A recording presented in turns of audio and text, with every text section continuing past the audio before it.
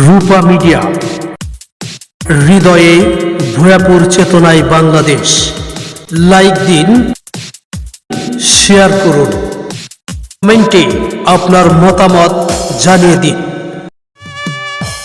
কোথায় পার্বতী? বলুন প্রভু, আমাকে কেন স্মরণ করেছেন? আমি তোমাকে কি জন্য স্মরণ করেছি তুমি কি জানতে চাও? হ্যাঁ প্রভু। এই মুহূর্তে তুমি আমাকে সেবা দাও, আমি তোমার সেবা ভক্ষণ করে আমি যাব সেই কৈলাসী নগর ধর্ম প্রচার করতে। ওগো প্রভু, বলো। আমার বহুদিনের ইচ্ছে, আপনার সঙ্গে আমি ওই কৈলাস নগর ধর্ম কাজে যাব।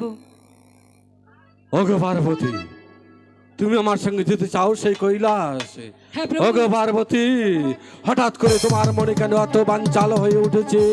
আমার সঙ্গে তুমি কেন যেতে চাও সেই কৈলাসে নগর, কেন ধর্ম প্রচার করতে? কেন তুমি আমাকে স্বেচ্ছায় বিদায় করে দাও? আমি যাবো, আমার গুরুদেব ইন্দ্রাজ আমাকে বলেছে, ওগো মহাদেব তুমি যাবে দেশান্তরে হয়ে আমার ধর্মের বাণী পৌঁছে দিব ভক্তের কানে। ওগো প্রভু, বলো। আমার খুব ইচ্ছে করছে আপনার সঙ্গে ওই কৈলাস নগর ধর্ম কাজে যাব। আমার সাথে তুমি কৈলাস নগর ধর্ম করতে যেতে পারো। আমার যে 3টি শর্ত আছে, আমার 3টি শর্ত যদি তুমি কামিল করতে পারো, তবেই তাহলে আমি তোমাকে নিয়ে যাব সেই কৈলাস নগর ধর্ম করতে। ওগো প্রভু, 3টি কেন, আপনি 1000টি শর্ত দিলেও আমি মাথা পেতে নেব। তুমি ভেবে বলছো আমার সঙ্গে? হ্যাঁ প্রভু। ওগো পার্বতী, আমার প্রথম শর্ত হলো তুমি যখন আমার পুষ্পরাতে ছোঁয়ার হয়ে যখন তুমি আকাশ পথে ভ্রমণ করবে, তখন তুই আকাশের তারা ওই পাতালে বালুগুলো করতে পারবে না। ঠিক আছে প্রভু, আমি তাই করব। তাও তুমি মেনে নিয়েছো? হ্যাঁ প্রভু। ওগো পার্বতী, 2 নম্বর শর্ত, তুমি যখন আমার পুষ্পরাতে ছোঁয়ার হয়ে যখন তুমি আকাশ পথে ভ্রমণ করবে, তখন তুমি পাতাল পর্যন্ত দৃষ্টি রাখতে পারবে না। ঠিক আছে প্রভু, আমি তাই করব। তুমি তাও মেনে নিয়েছো? 3 নম্বর শর্ত, আমি তোমাকে যেখানে রেখেই আমার ভক্তের বাড়িতে যাব না কেন, সেখান থেকে ফিরে না আসা পর্যন্ত একটু পাও কোথাও যেতে পারবে না। ঠিক আছে প্রভু, আপনার শর্তগুলো আমি মাথা পেতে নিলাম। তাও তুমি মেনে নিয়েছো? হ্যাঁ প্রভু। তুমি অন্ধন ডাকি বন্ধন করে তুমি আমার পুষ্পরাতে তুমি ছোঁয়ার হও, আমি তোমাকে নিয়ে যাব এই মুহূর্তে সেই কৈলাসে নগর ধর্ম প্রচার করতে। ঠিক আছে প্রভু, আপনি তাই করুন, তাই করুন। ওকে হাই গো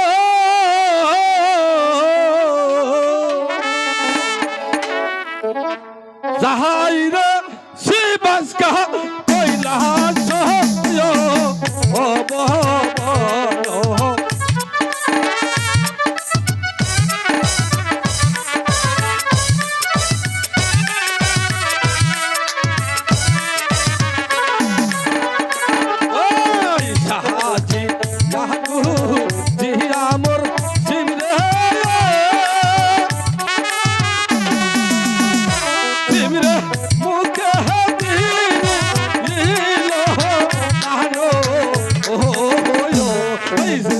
গহরো হইতে বাহির গো হইল পূর্ণিমা আলো জানো।